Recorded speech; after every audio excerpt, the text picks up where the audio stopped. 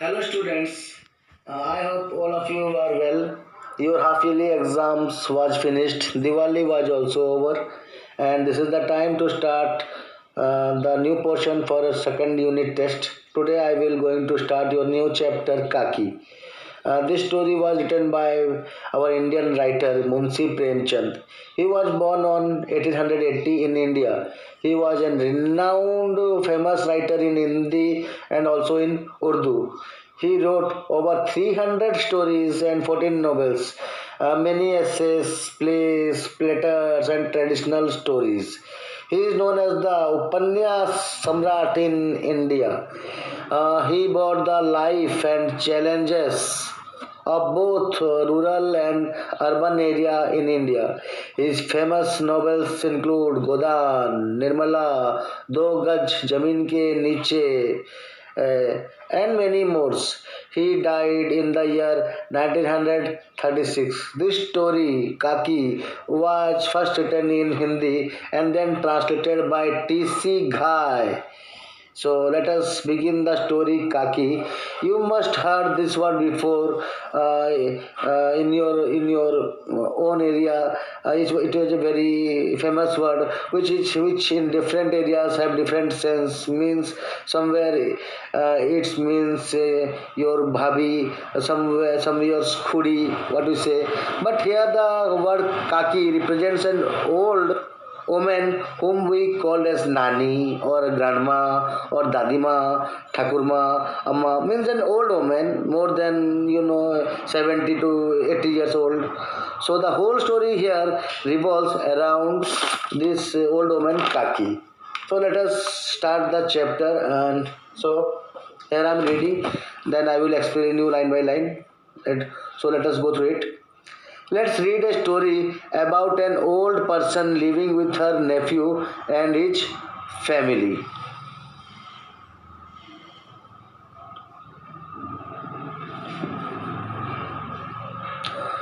Old age is similar to childhood in many ways. Old Kaki was like a child for the most part of the day. She would lie down, frail and hard of hearing. She had lost all her interest in life except for craving for food. If she did not get her meal as the appointed time, she would begin wailing. So, what is the first paragraph means? Old age is similar to childhood in many ways.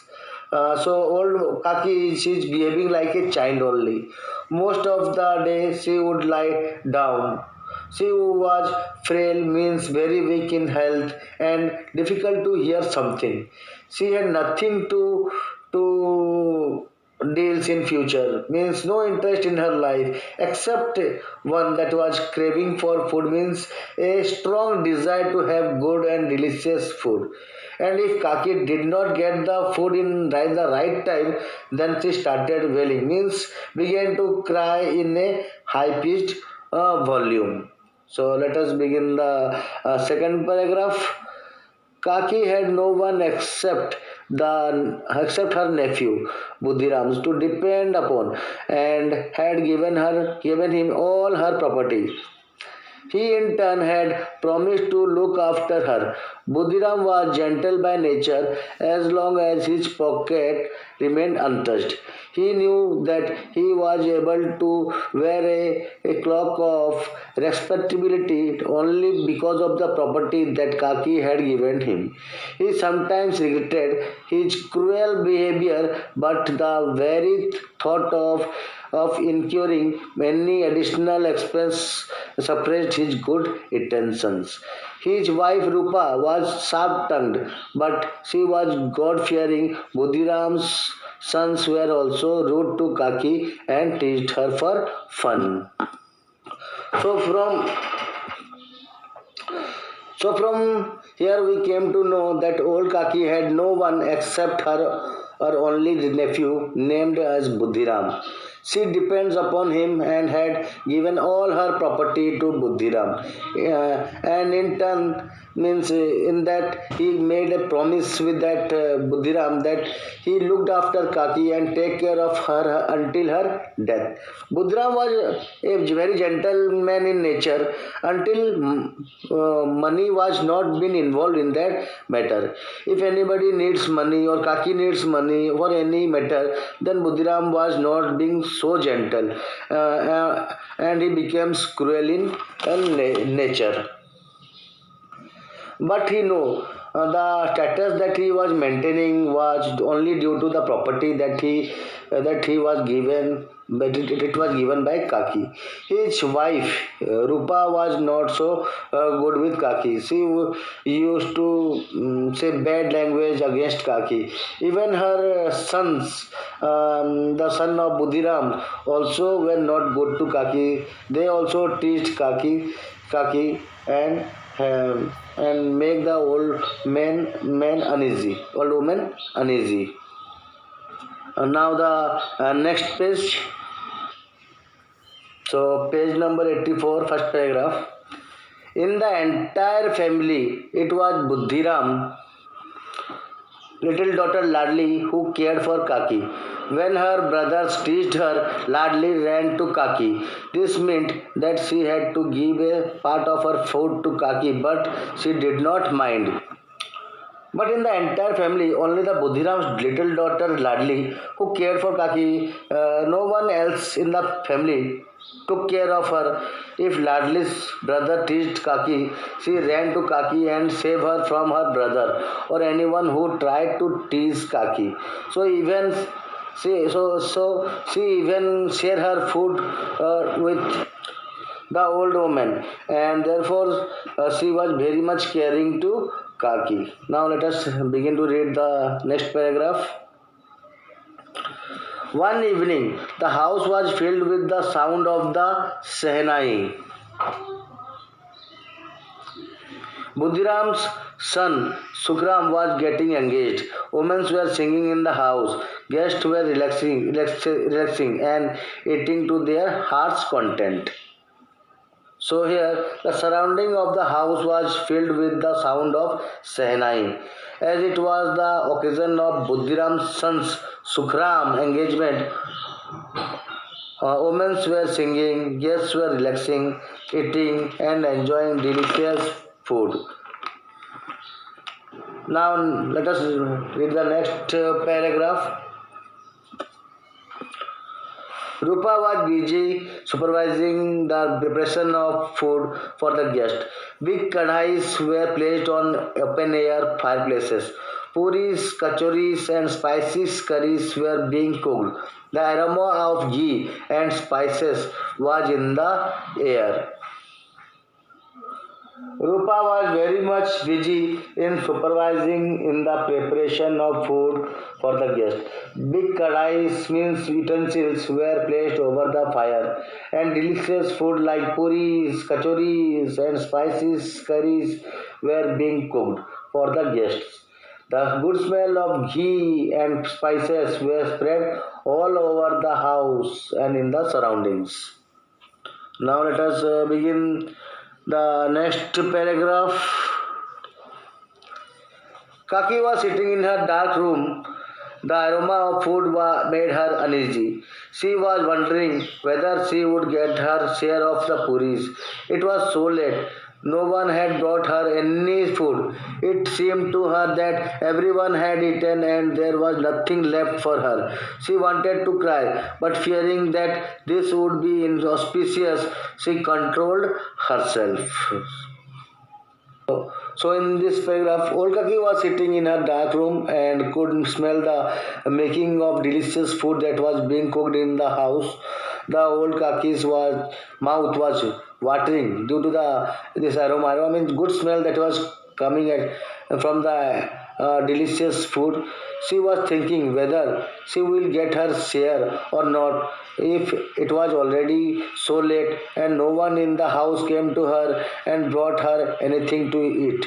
It seemed to her that everyone in the house had been eaten and she was thinking that there was nothing left for her.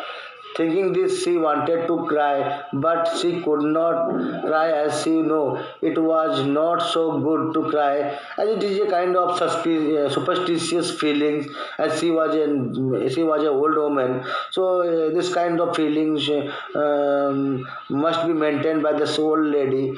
So it was a good occasion, and she did not want to create any kind of disturbance in the house. But feeling in this surrounding and occasion, she remained controlled herself in a sorrowful manner. She was very unhappy and with the feeling of hungriness. Now let us begin the next paragraph. The fragrance of ghee and spices made her mouth water. If only she could take one puri in her hands to feel it. Kaki made up her mind to go and watch the puris being fried. Crouching on her hands and feet, Kaki slowly crossed the threshold and crept close to the kadai and sat down. The smell of ghee, spices, and different foods made the old woman mouth watering. So, with the greediness to have and watch the puris that was being fried, the old woman wanted to go near the kitchen. And then she moved from her room, crouching on her hands and feet, means हाथों और पैरों के बल चलना, and reached to the place where the food was cooked and sat down near the kadais. Now let us begin the next paragraph. Rupa was almost run off her feet. Now in this room, now in that, now near the cooking area, then in the store. She was running in every direction, getting irritated, expected, yet attending to everything. It was in this state of mind that she saw Kaki sitting beside the kadai. She was furious and